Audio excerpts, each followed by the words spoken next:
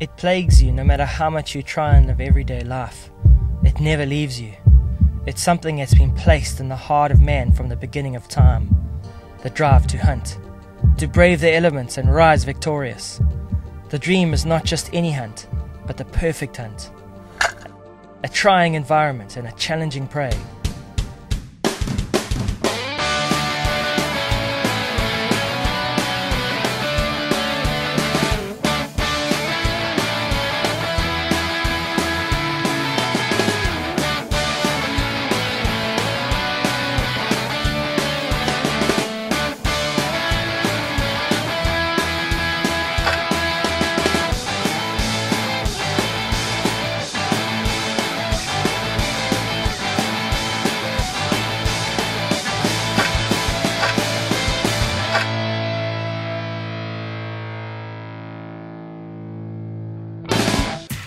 I'd no sooner loaded that one on the boat, and there's lots of yeah, we found a spot and it's on. And there were lots of fish. Even when I was fighting that cooter, there were other cooter around.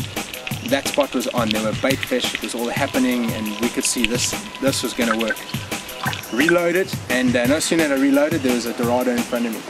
I was actually swimming up behind Wayno, and from my right side, this Dorado swam straight past me, and then turned right in front of Wayne.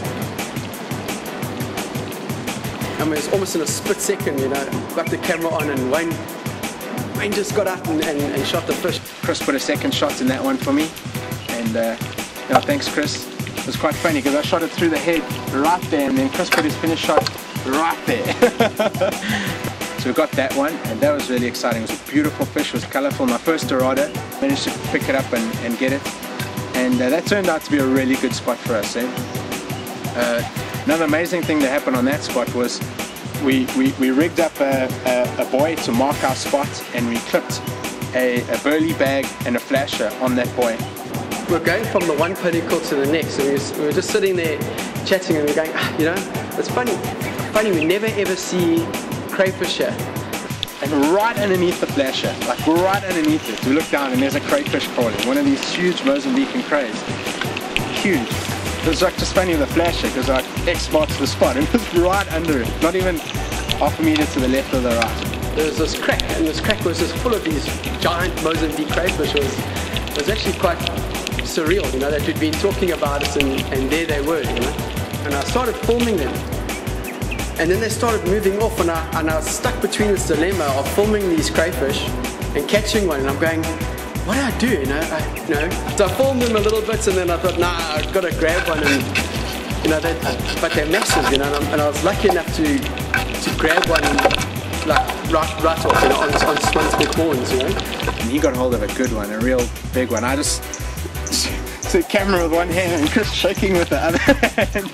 And so I just gripped it in camera in one hand and just held on. And the thing is that as I pulled it out the hole, it's pulling me around. I mean, they're really strong. So I tried to like get it in between my arms, and the whole thing just like gripped me.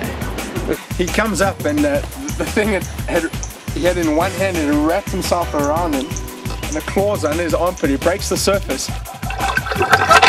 And he goes, he's got me! And he had taken one of those claws and put it right in his armpit. It's kind of peel it off him. Now, that was quite a special moment. You know, we've been doing a lot of diving over the years, and you know, you hear people get big crays. And you know, I suppose if you dived up there, it would be a common thing. But for where we live, I mean, a big crayfish is a kilo, and these things are like 3-4 kilos.